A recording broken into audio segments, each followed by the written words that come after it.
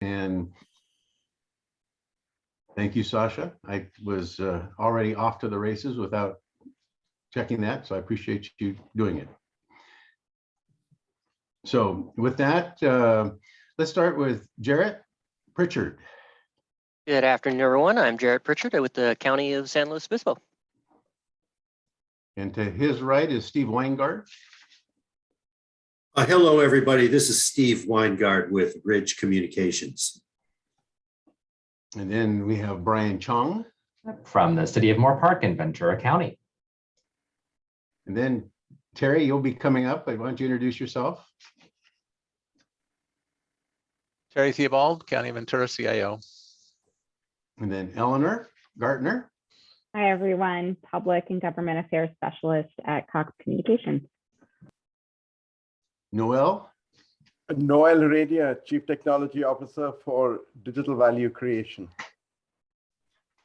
And then I have next to you, Noel, is Lisa Ludovici. Good morning, everyone. Lisa Ludovici, Director of Government Affairs for Charter Communications. And then Lorelei.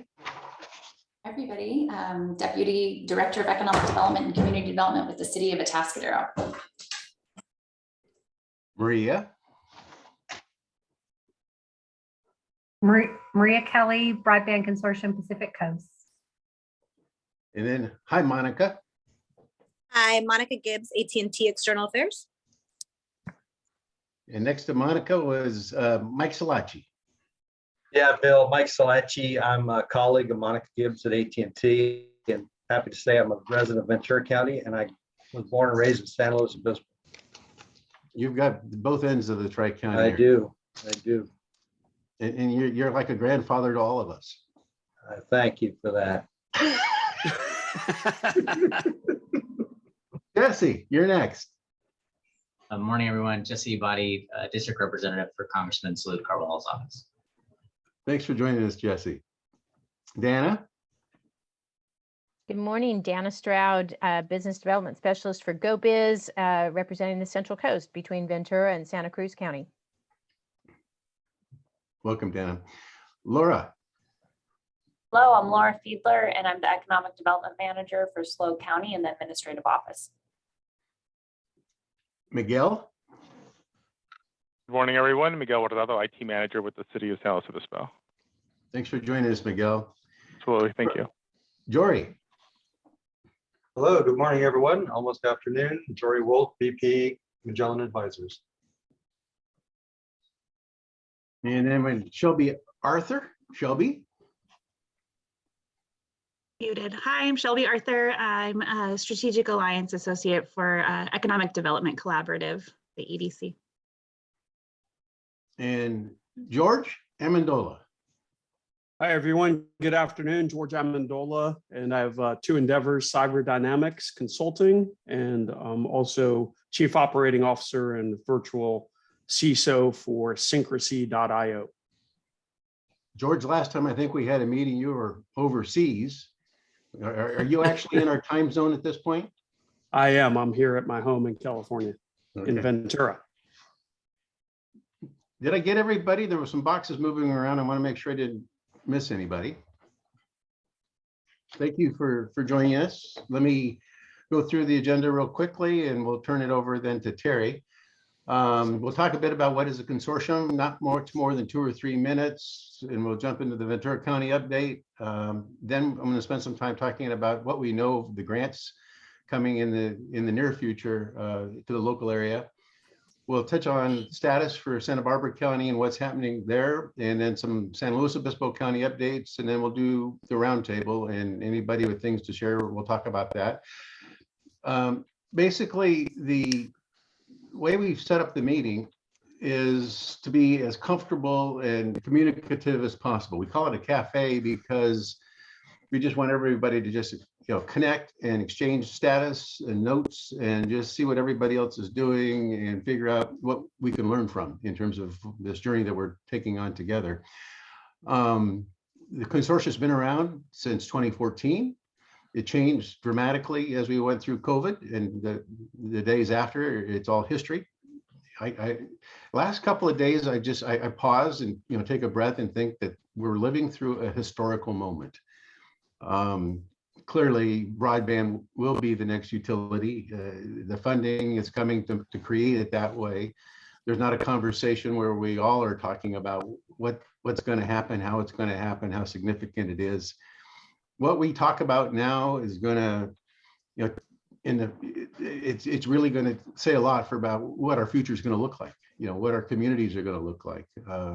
With the right kind of infrastructure, we're going to be able to create those smart cities, and those communities that are engaged are going to be leading the way. And so this really is a very, very special moment. And I think we kind of take some time and just reflect on that in each of our conversations in terms of how we are going to be positioning ourselves for the future.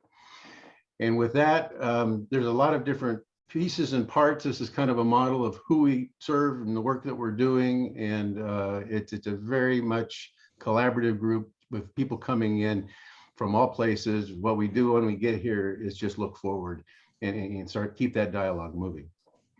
So with that, I'm going to pivot real quick to the south and say, Terry Theobald, he introduced himself. He's our county CIO down in Ventura County. And he's been a great champion in terms of the middle mile, which I'm sure you'll talk about. He's also looking, at some projects in the last mile, which are going to be new, exciting, and different and fun. And so with that, before I turn it over to Terry, we had a discussion last month about Santa Barbara. Terry's coming in this month with Ventura County update. Next month, we're going to be doing a deep dive on San Luis Obispo County. And so every quarter, the purpose of these monthly meetings is just to refresh where we're at with each of the three counties so the counties can learn and listen to each other. Terry? Oh, thanks, Bill. First of all, it's important to know that at least in my world, the world is still turning. And that's important that I see that every day, because otherwise it feels like we're stuck.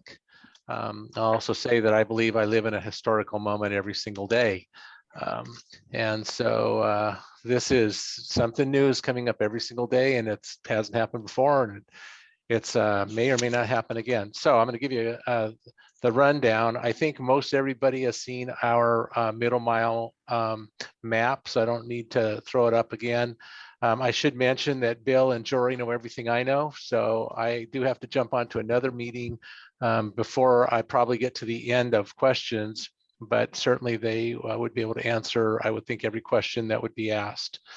And I appreciate Jory being on the call as well, because I think he picks up the slack for me on other calls as well.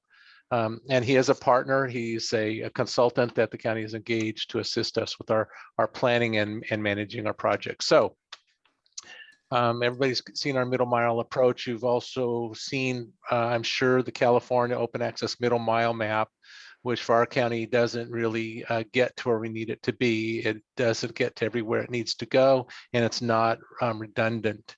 So there are a lot of going dark opportunities along those paths, the Ojai Valley being one of the most significant ones. Also, we do not believe the 101 is a good route for us.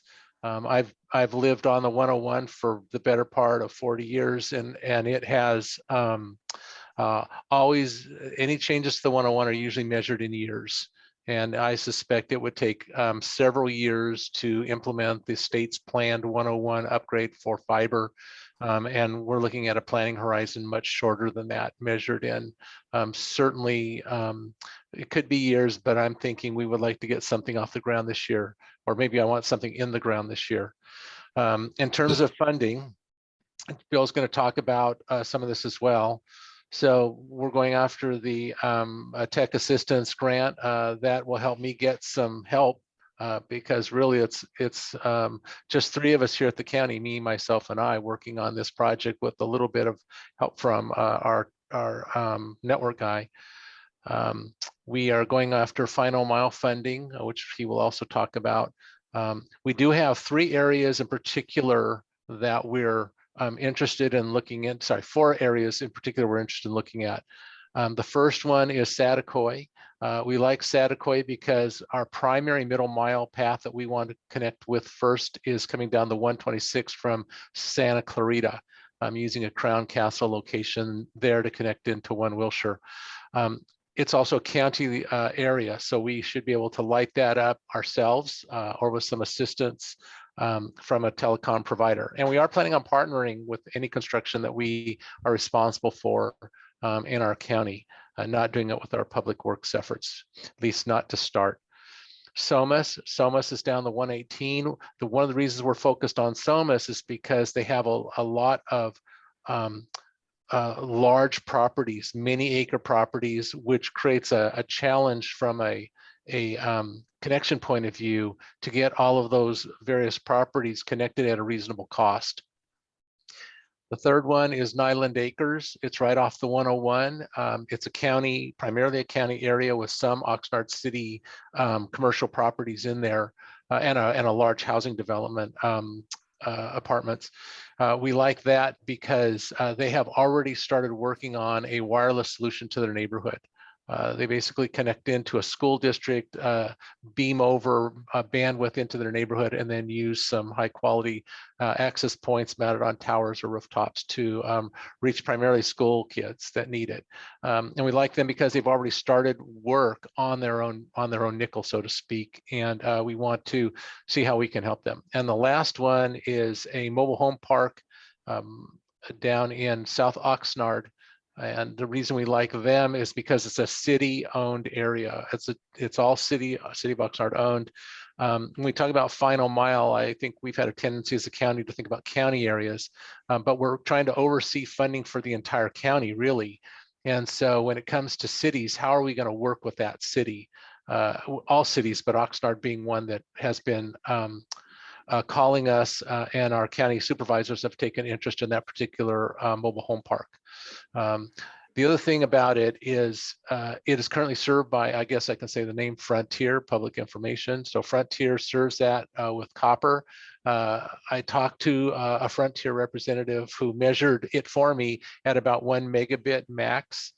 And there are people at Mobile Home Park trying to use it for telework and distance learning, and 1 meg isn't cutting it for them.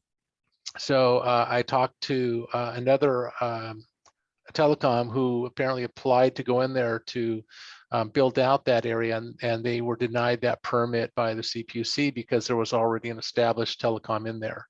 I don't really understand that. If the incumbent can't provide service, then why won't they license another telecom to go in there and provide service? So I don't have the answer, but it's a question that still hangs out there that doesn't seem to be the way we want to go. In terms of additional funding, we have 2 EDA grants we're going after for our middle mile. Both require a match somewhere between 20 and 30%, up to 50%. We're going after earmarks from Senator Feinstein's office that I just found out about. We've already started conversations with California Department of Technology and the Golden West / Scenic on opportunities where we might be able to partner with them to implement their version of Ventura County open access middle mile. So what that would mean is the work that we do would be under the auspices of the state project. We would have local project management control, and when we build it, we would build it for their requirements and our requirements. We believe our middle mile needs to contain government fiber, municipal fiber for municipal purposes. This includes not just city and county, but it also includes education, it includes state facilities, it includes federal facilities that are in the county that may want a reasonable way to get to the internet or interconnect their own facilities. We believe we need to have space in there for partners that are interested in partnering with us on both construction and helping us build out final mile areas. And lastly, within the state network, they've pitched it as it's an open access middle mile. I'm not sure we're still exactly clear what that means, but my understanding is some amount of that fiber that the state plans to lay for in their open access would be available to telecoms and other other interested parties. I think I heard them mention leasing, but again, no details yet. So we would have to provide all three of those under a plan where we work with the state to leverage our knowledge and planning to get them off the ground. I probably would do that even if we built our own out. If we wound up receiving money to build out the 126 on our own through one of these grants, I would probably still contact the state, not probably, I would still contact the state and say, what are your requirements for open access? While we're doing this, we can go ahead and take care of that for you. And you would need to probably cover the incremental cost of that. Part of my thinking here is if we can demonstrate, if we can take a leadership role and demonstrate a working implementation of middle mile that meets state requirements and our requirements, and also is able to light up final mile neighborhoods along the way.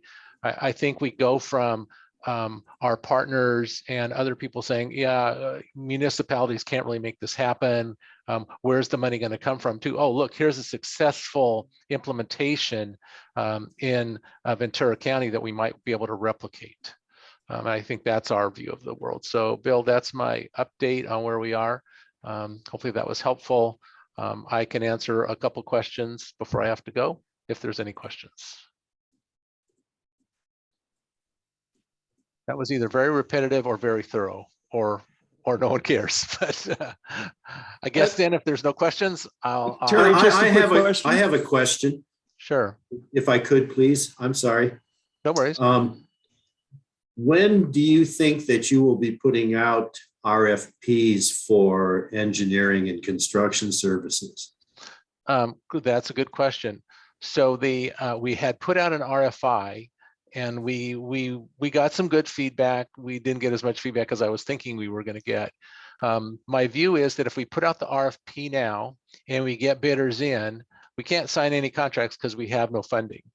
And so I think that what we want to do is we want to at least have a good enough handle on when the funding's going to arrive before we send out the RFP. Now, there's a lot of other people, counties, cities that are putting out RFPs for partners that also don't have funding.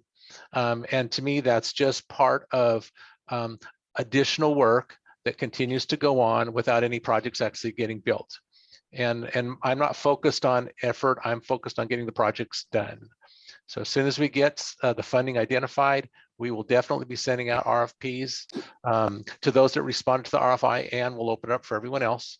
There will be, probably at least a 60-day window for that RFP, and our intention would be to make a decision fairly quickly. Because my guess is, if once the funding is awarded, I'm still going to have to wait some amount of time before we can actually spend the money.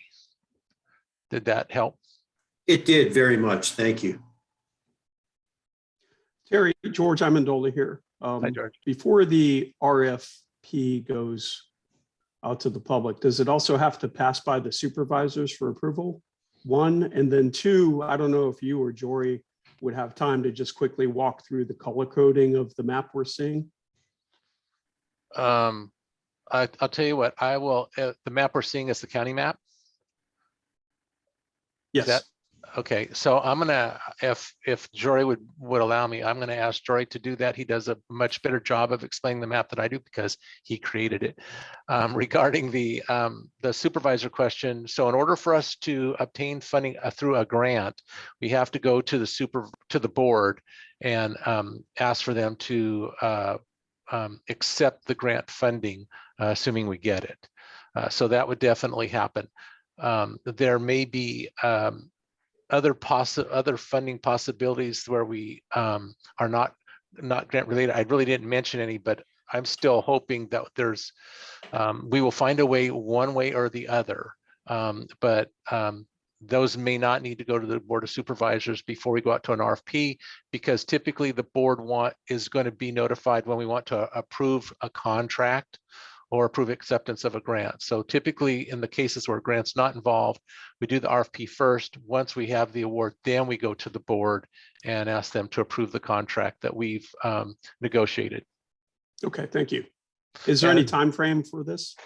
Again, back to the answer for Steve is it's hard to say. we're shooting for and again, Jory can give you more details. We're shooting for the next EDA grant cycle. So that would be once we know that we can get there with all of our support letters and everything else, then we can start talking about putting a resolution in front of the board. We've already missed 2 EDA cycles. One, when I first got here, we missed, that was in 2020. And then the other one was earlier this year. So we're retargeting, and we continue to retarget until we have our application, our support letters, and everything else. And what we need to submit for the grant is we need matching funds. So that's where we're at right now, is finding the matching funds from whatever source we can, so we can submit for the grant. And again, I'll defer to Jory with details. He has substantially more than I do. Thanks for the overview. Appreciate it. George, in just a little bit more detail. Thank you, Terry. Then I'm gonna go ahead and take off. Okay. Thank you all. Thank you, Terry. So the county is seeking various grants, and as Terry said, simultaneously we will be probably we already started the application process for the EDA, the Economic Adjustment Assistance Program. We expect to be able to get $3.5 million on the alignment of the 126. We've already spoken with and have prepared a letter for Wilfred Marshall over at the EDA's office in Seattle. He has given us the green light after a conversation that we had with him about a month ago. Of course, that's not approval yet, but it means that we are now gathering all the letters of support, and we will be preparing the application and submitting that in the course of the next 2 months. The other project that we'll be going after very soon, once the applications come out, and there already is guidance on, is the CASF ladder funds, the technical assistance money, which is $500,000 per community. The state's allotted $50 million for that program, and we're going to be going after that as soon as that opens, and we believe that's going to be mid to late May, and we'll be pursuing that. That does not require a local match. The EDA does require a local match. It is, Wilfred said that they originally were accepting 20% local match. That seems now have gone up to 30% local match. The other project that we're looking at from the feds, along with the EDA, is the capital projects money, the $9.8 billion set aside for coronavirus capital projects by the Fed. The state of California was allotted $540 million of that, and we'll be applying for that once guidance on that becomes available, probably not until June. That requires a 50% local match. And please know that the county is working with service providers that do want to provide service in the area, some of which have indicated that they would come up with the local match on behalf of a joint partnership with the city, with the county. So we are pursuing this along with programs that require local match and other programs which do not. Please know that the technical assistance funds, which will be coming out sometime in May, late May, those do provide for not only planning services, for modeling, for governance and organizing, but also for design engineering. So we anticipate using the funds from the technical assistance grant to do the design engineering. And that will allow us then to use the EDA money for $3.5 million for a portion of the program of the segments, and then hopefully go after last mile money, which guidance is already out on. The final rules have been submitted and distributed by the state. And we expect to be able to apply for a large portion, possibly up to $10 million or maybe even more for this network through the urban $1 billion that's been set aside. The county was allotted close to $60 million, and the county is going to be competing for that through the state along with its private sector partners. I'll then just now shift from funding and just go over the map that's being created. It's more than a map. This is an effort which took about 4.5 months. We worked with all of the county representatives, the city representatives, working with the water districts, the transportation districts as well. And we looked for partnerships and opportunities to reduce the cost of building the network by looking at existing assets. So this map represents what we engineered originally for the project to connect all the points on the map. And there's about 274 points to be connected, including county, city facilities, as well as anchor institutions throughout the county. The network was originally $38 million to build. And in speaking with those 140 some odd individuals from all those agencies, including multiple staff members from multiple departments, public works, IT, economic development, community development, city managers, city council members, we were able to come up with a list of assets and timely capital projects and development projects and others opportunities to reduce the cost from that 38 million to 22 million. What you see on the map in red is new build underground. In blue, it's new build aerial. In purple, it's the North Santa Paula branch rail line, which will be plowing along that easement. And we're hoping to perfect the easement rights through the VCTC, the Transportation Commission from the county shortly. In green, you see existing underground traffic signal interconnect that will need to be rehabbed, but not newly constructed. And in light blue, you see joint build opportunities with water districts. And then in yellow, you see existing networks. There are existing fiber networks in the city of Oxnard that are not currently shown in the lower left-hand corner of the map. But please note that they exist and they will connect the cities of Oxnard and the city of Port Hueneme to the rest of the middle mile network. And if there's any questions on that, I'm free to answer those. If not, I'll hand it back to Bill.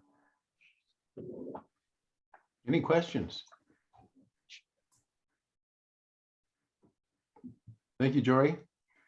And this has been quite an undertaking, and we do appreciate the clarity, the focus, the explicit nature of the plan, and you've done a great job in terms of pulling it all together and making it understandable. So, any other questions about Ventura County before we move on? Thank you again. So we're going to talk a little bit about funding, and then we'll jump into the other two counties. But this is big news, and it's been floating around for a couple of weeks now, but it's solidifying. I reached out to, I put these two funding sources side by side because there is a method to the madness of what's occurring. The last mile is a funding for that's coming to the regions, and there's regional numbers. The last mile chart at the bottom talks about the three counties. The numbers 10,575, 6,627, 9,365 are numbers generated by the CPUC. What I get the sense is that this is data taking census blocks, knowing where fixtures and buildings are, where connections need to occur, and then taking that and then subtracting the data that's already being reported regarding connections by the telecoms. I get that the delta is where I believe those numbers are coming from. It makes sense, and I've talked with them about that in the past, and I'm pretty sure that's what those numbers are. But you look at where the funding came from, and it's how do you spend $1 billion? Out of the governor's $6 billion, $1 billion went to the rural areas and $1 billion went to the urban areas. And then if you look and see what they've classified the counties, the three of our counties are classified in the pot for the rural areas. You see us stacked up with all of the other counties, and it all adds up to $1 billion. And so there's no way that you can necessarily associate the funding that's been assigned to the numbers that have been assigned, but this is what we've been given to work with. So these numbers are really what CPUC is saying. This is what defines internet for all. And you know, we know that it's a much more complex conversation. We know that there's a lot of other pieces and parts that are not represented in these numbers, but this is the first tranche. This is where we start. This is the first salvo. This is what we've gotten, where it's going to go, and will continue to evolve as we get into it and learn more. What's important about these numbers is it should be a catalyst. It should be a trigger to a conversation, you know, and this should be occurring in all 3 counties. One of the things that's happened in the last few weeks is a conversation with the county offices of education, you know, in all these areas, because obviously they've come through a pandemic and they understand who they weren't able to connect, or where the pockets of problems might be. You know, if half of these numbers we already know because the schools have been working hard to make these connections occur, that's a good way to start tackling these numbers. So in rereading a lot of the words, you know, it clearly, the CPUC is going to give us input. They're going to provide us priority areas, but at the same time, I think we're going to want to have an interchange with them, an exchange as well from our perspective and our standpoint of what we want. The technical assistance grants have been approved. This is $500,000 over 1, maybe 2, maybe 3, you know, in terms of the legislation. I mean, but they're starting salvo as $500,000 to municipalities. The last mile, there's more flexibility in terms of the organizations that can receive that money. It's being floated now for comment and review. It's going to follow. I anticipate the technical assistance from CPUC standpoint to be hitting us in the first week or 2 of May. Early May, they say, is when the forms will come. On the other hand, I think we're probably 60 to 90 days following that for the last mile discussion and formalizing the criteria. I believe April 7th is the day that this last mile set of guidance goes before the commission for approval. And so I see the batch on the left for technical assistance. Municipalities need to get engaged. They need to build capacity. They need to build resources. Those are the applications are going to be for, and you need to get ready for the conversation, because the conversation is going to follow is what's happening on the right. It's the regional discussion. It's the discussion where we're going to be wanting to go into each municipality. We're going to be wanting to have the regional understanding of the rural areas. We're going to be wanting to work on these numbers and work on them together. And so I kind of see a yin and a yang in terms of these 2 funding sources. They work together. Let's do the first things first, but let's understand what's happening as this starts coming down in our direction and be ready for what's yet ahead. So that's kind of my overview of this. We can get more specific and we can talk about it some more. Maria, would you add anything to what I've described at this point?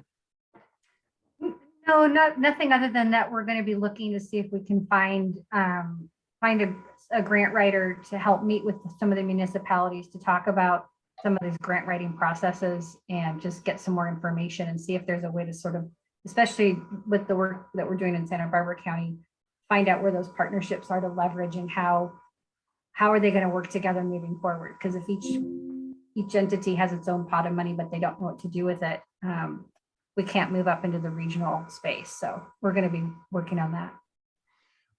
I did want to mention that in terms of the technical assistance grants to the municipalities, from the very start, as these things were being talked about and designed, they were modeled after the technical assistance grants that went to the tribal communities. We did apply for one for the Chumash, and up in Santa Barbara County, it was a very, very simple spreadsheet. It had 3 or 4 tabs. It's the kind of thing you could fill in out within a few hours, in the afternoon at the most, you know, in terms of what you need to do it. It was turned around rather quickly. And so I really think that when the application is released in early May, we're going to look at it. We're going to do some back and forth with CPUC. And if it truly is going to follow in the footsteps of those grants and be administered in that manner, great. This is not a heavy lift. It's something that we need to do rather quickly. We need all our municipalities to do it because we're building capacity regionally to be able to take this on. Any other questions right now on funding?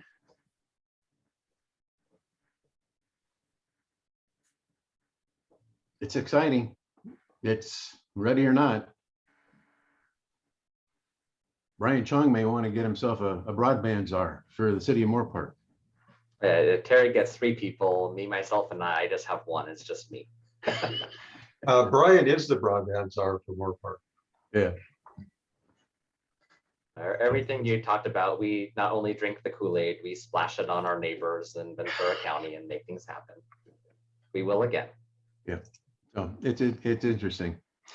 All right, let's move on to the next discussion, and I'm going to let Maria kind of give the excitement of the rollout that we've had this last week of speed testing and surveys, and phenomenal results so far. Surprised went well beyond our expectations. Okay, thanks, Bill. That was perfect. I wasn't totally prepared to present this part, but I will. I'm super excited about it. So part of the reason why we're running these speed tests, and well, no, the reason we're running the speed testing and needs assessment surveys are for the public sector to be able to have that data to go ahead and apply for grants. You have to justify what you're asking for.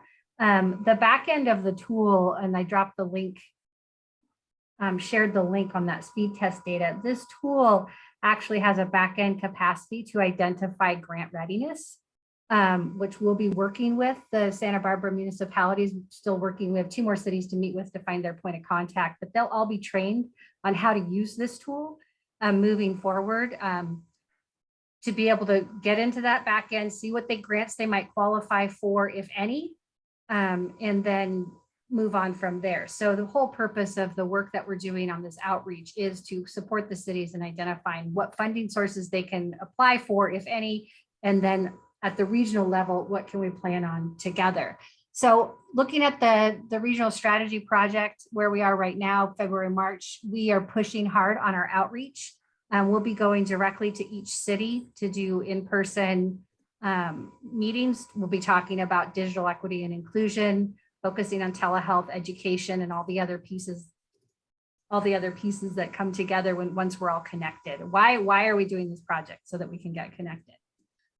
So the survey is out, the direct outreach will be happening. So pretty much staying on track with that through March, April, and then we'll start looking at, we are working right now to develop an open access. Again, open access is a key term to qualifying for certain funding, developing open access GIS mapping for the jurisdiction. Some of the larger cities are well set. They have that capability, but we've got some smaller communities out on the edges of northern and even in mid Santa Barbara County that do not have those capabilities.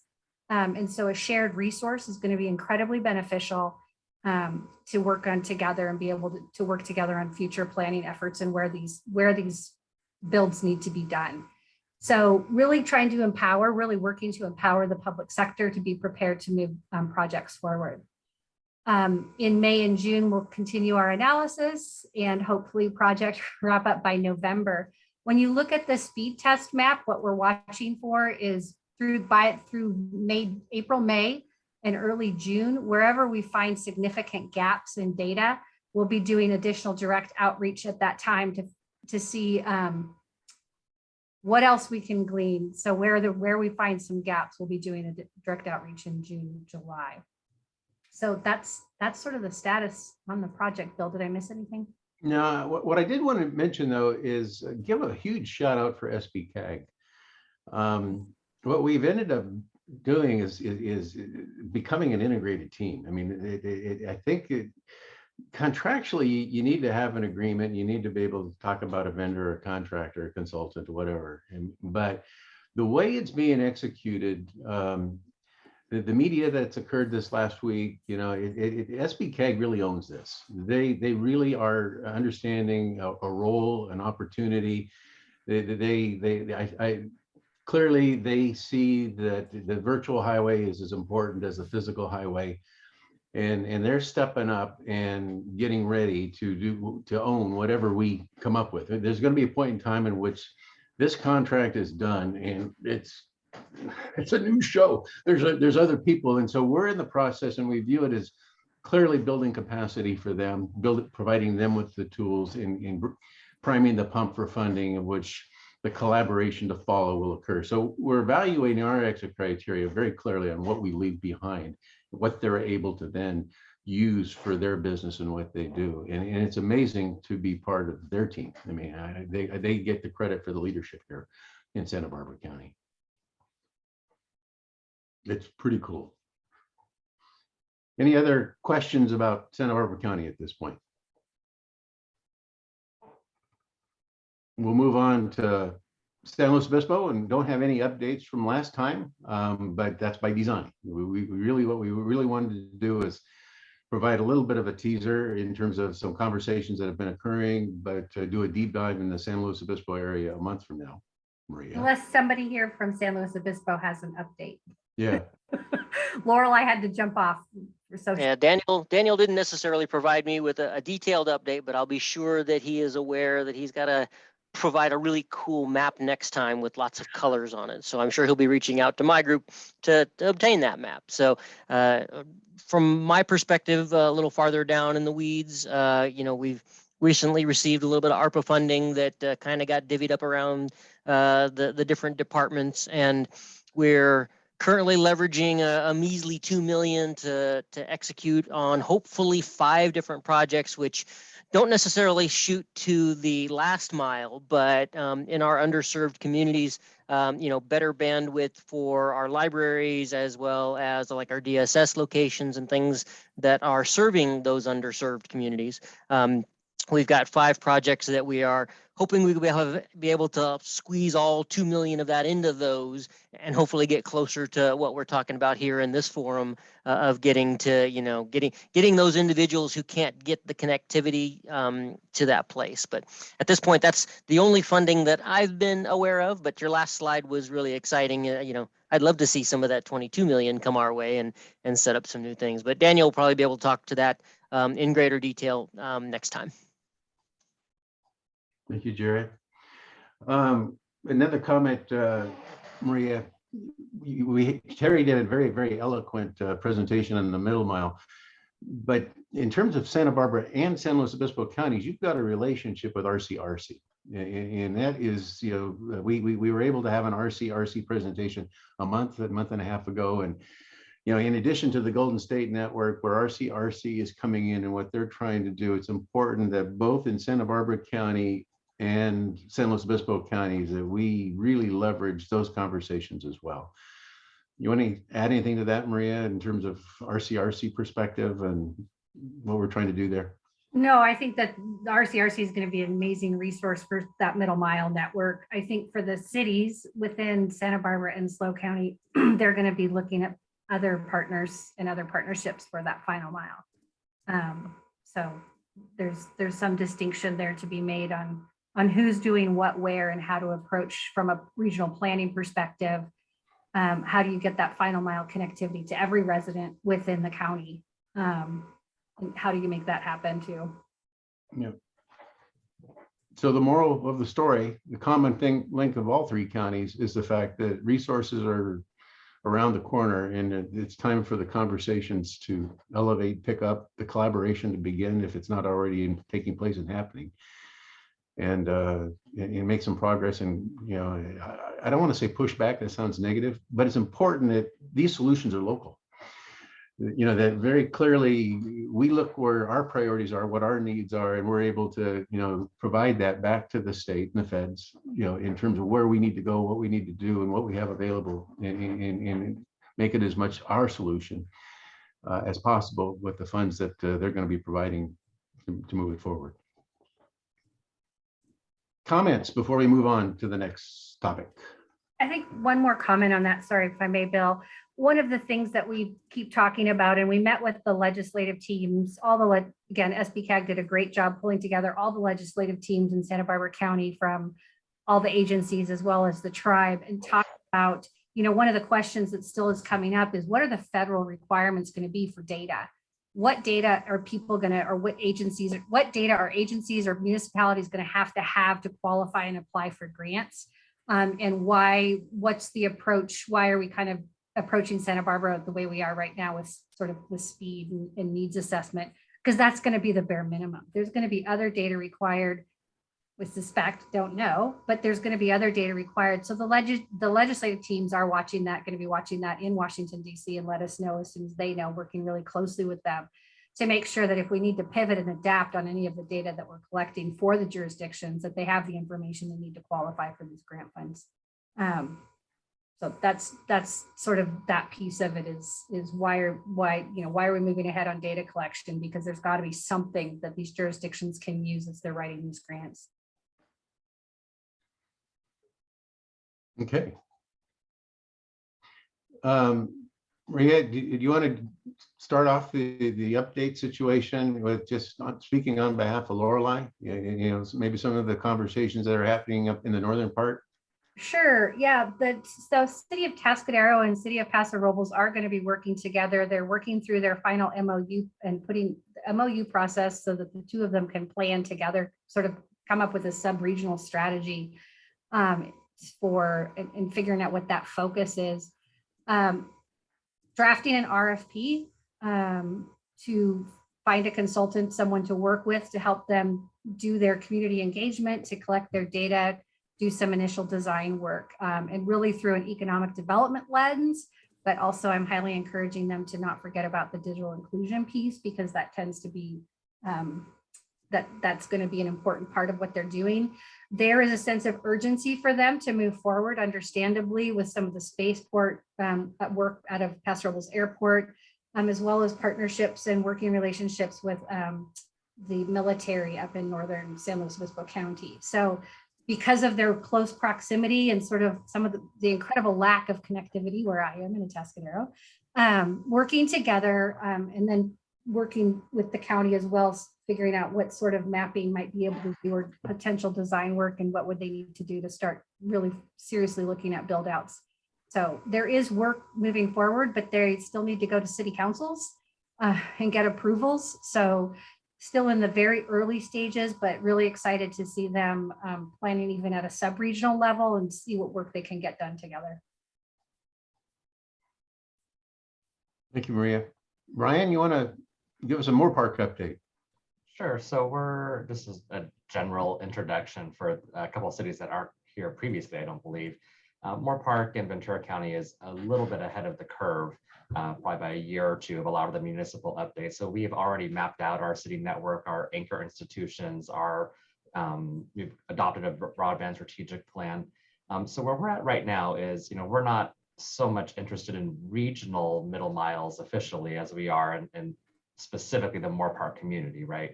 So we're focusing a lot on readiness for when, if it's the state coming through, the county coming through, or private sector entities coming through, we want to be able to take advantage of that. The big piece of that, or the biggest piece of that, is our Meet Me room. I reported last week or last month on our market study to determine the viability. We completed that, and when I say we, I mean Jory and his team, because we commissioned Magellan to do that study. And we took it to our council last week, and the findings basically gave us a lot of information. It did confirm the size, the business model, construction cost, and notably found that there's a lot of overlap. And to make this thing pencil, really we need to combine that with a data center as well.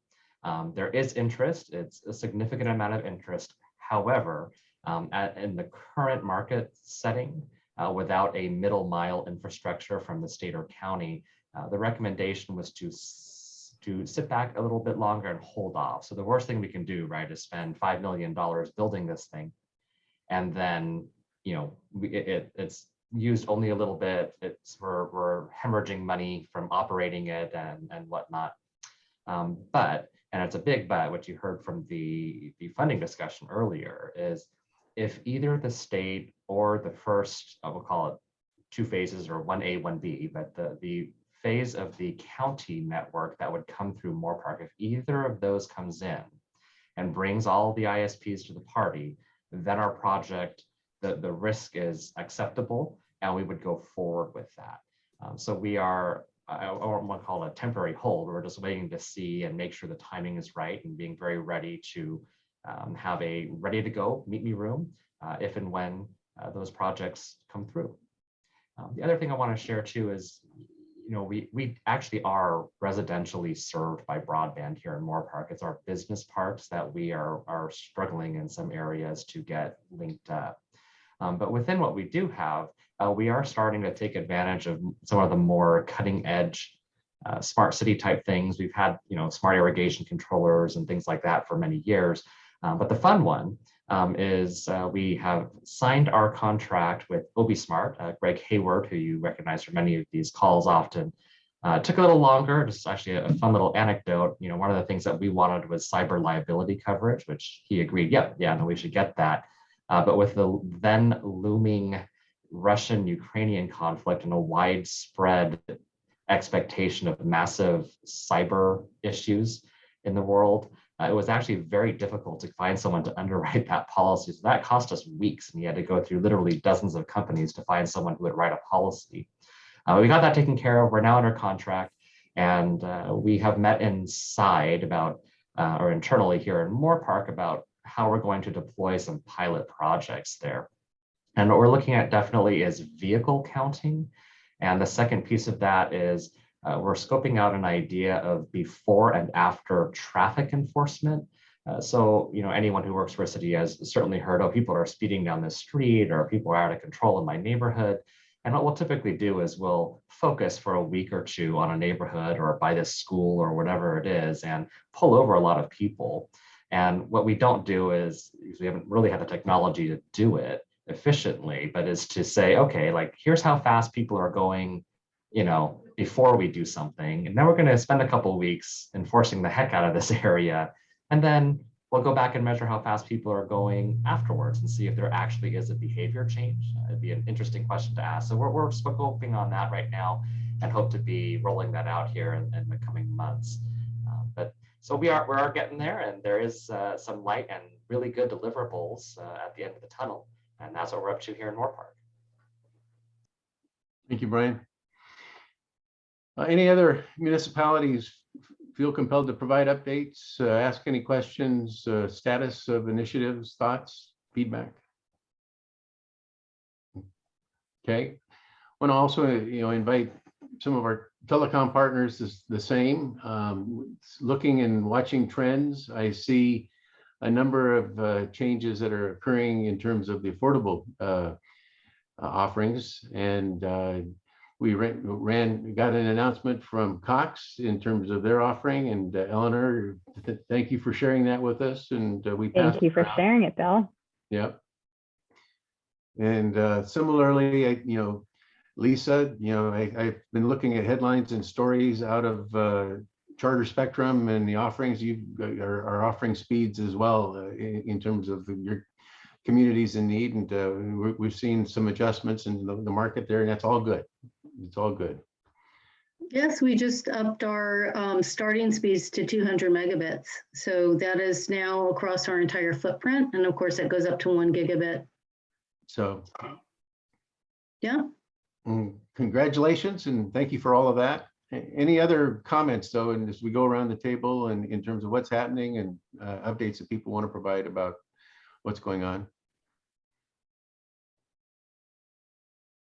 Okay. With that, we'll open it wide up. If there's any other topics that we haven't talked about that we need to talk about, there's Tim Williams. He just joined us at the 11th hour from what used to be Digital West, now known as Astound. Hi, Tim. Hi, Bill. Sorry I'm late. Oh, you joined us about the time that we're going to adjourn. Oh, perfect. So, yeah, we did go through and do a Ventura County update, Santa Barbara County update, San Luis Obispo County update. We're going to be really talking about San Luis Obispo County in depth this next month. And so great. We'll be interested in any inputs that you have to that conversation as well. I won't be late to that meeting, I promise. Okay. And then we went through just updates from the municipalities. And I think I just asked the question if there's any other topics that we need to, or sharing that we need to do before we adjourn.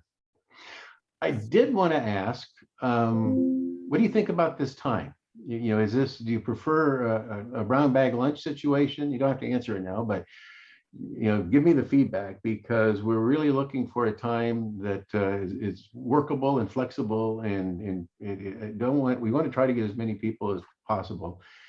And we don't also want to interrupt with prime time. It seems like during the business day, you've got prime time on either side of the lunch hour. And so we thought we'd try to have it just be casual and share this information during the lunch hour and keep it pretty open.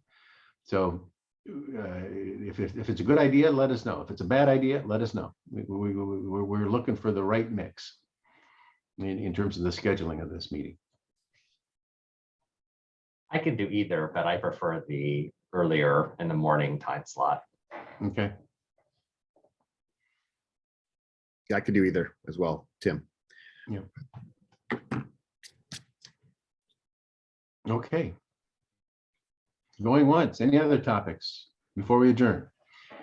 What remains unclear to me about this process, and this is something we explored in years of conversation here in Ventura County, but as you're approaching Santa Barbara County and San Luis Obispo counties and the expansion of these networks, realizing there's potential funding sources coming in from the federal government, it's unclear to me who is going to operate this network or these networks. And I know there's been conversation about maybe a P3 partnership or an administrating oversight body, et cetera. But has any of that been figured out? I think that we're leaving it wide open by design. I think it's not any one network, it's all networks, and it's going to be truly collaborative in nature. You're going to have municipal interests, you're going to have private interests, and I think the municipalities are going to leap in where they have opportunity or need, and I think the private sector is going to leap in where the business case makes sense. And what we want to do is not close any doors. And there is no one size that fits all. There's going to be footprints that are going to be very much private footprints that we're going to take full advantage of, and there's going to be areas in which it's very much going to need the development of a public footprint, just because they're hard to get to, and those are public monies to bring internet for all. And so those public footprints, we certainly are going to want to encourage open access and in partnerships to be able to serve those areas. And so it's going to be a very, very active conversation. I don't think that there's going to be any one entity. Well, I hope there's not controlling everything. I think it's going to be something that we want to just unharness and leash and allow, the competitive. I don't call it competition. I call it co-opetition. It's got to be collaborative, in terms of what this end goal is going to look like. I appreciate that, because it's elusive, and it's in my opinion, solely in my opinion, it's a key component to the operational element and the success of the public use of funds. Yeah. Anyway, thank you. Mm-hmm. I just want to speak to that a little bit more, George, just on the Ventura County network side, speaking as a potential member agency of that. But the two options to me for, if you build that network, it's either going to be the county, if they're the ones who are building it, right, and paying for it to administer it. The alternative is a joint powers authority involving the county and various cities and likely some special districts that are taking advantage of it. Especially if we are expected to contribute on an ongoing manner.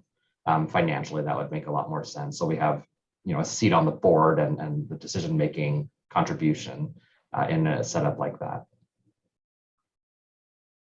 If I might augment what Brian's saying, there will be elements of governance at the municipal level, both counties and cities. That will also see operational collaborations and contributions from the private sector. So it's really going to be a combination of the two. Some of the grant funding, especially the grant funding which comes from the Fed, does require that the municipality have a private sector partner that has at least 3 years of operational experience in broadband networks. So those grant funds, as they are applied, you do need to apply with a private sector partner or operator with that experience. And so in many cases, these networks are already planned with some sort of partnership. In other cases, as Bill said, with the open mile access, a middle mile the state's creating and their last mile, I think the state is assuming that that is going to be the same, but the requirements aren't still all that clear. There are some municipalities that will operate the networks themselves, but those will be a very small few in number. So we do see a lot of opportunities to collaborate for governance in consortia and in JPAs amongst public sector agencies, and then partnerships with the private sector for operations. Maria and I were up in Guadalupe, down in Guadalupe in Maria's case, 1 o'clock. It was on Monday, I guess, that we did Guadalupe. No, Tuesday. Thursday. It was Thursday. Sorry. It's Thursday. It's Tuesday. Tuesday.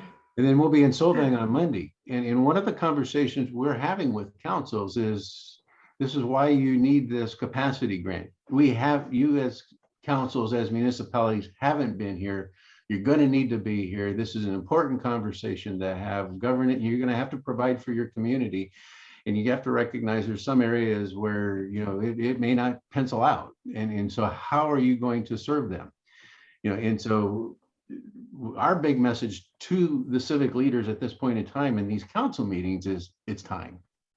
There's questions being asked of you. You need to build this capacity in your organizations to understand these questions, because how you answer for your community is going to be very important. And this is just a very key part of the conversation at this moment.